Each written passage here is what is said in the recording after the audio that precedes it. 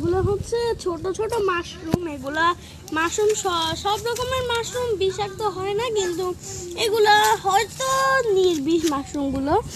এগুলো আমাদের এগুলো বেশি একটু শ্যাডি কুল ময়েস্ট জায়গায় এরকম ফাঙ্গাই হয়।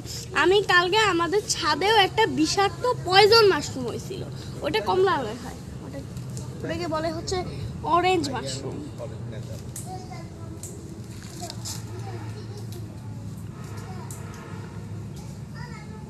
মা এইগুলো আমি আমার টেরারিয়ামের জন্য নিব কিছু, এই যে ছালগুলো যেগুলো উঠে যাচ্ছে, মাটি পোকা। এগুলো হচ্ছে কমন রগ উডলাও যাইসোপড, এরা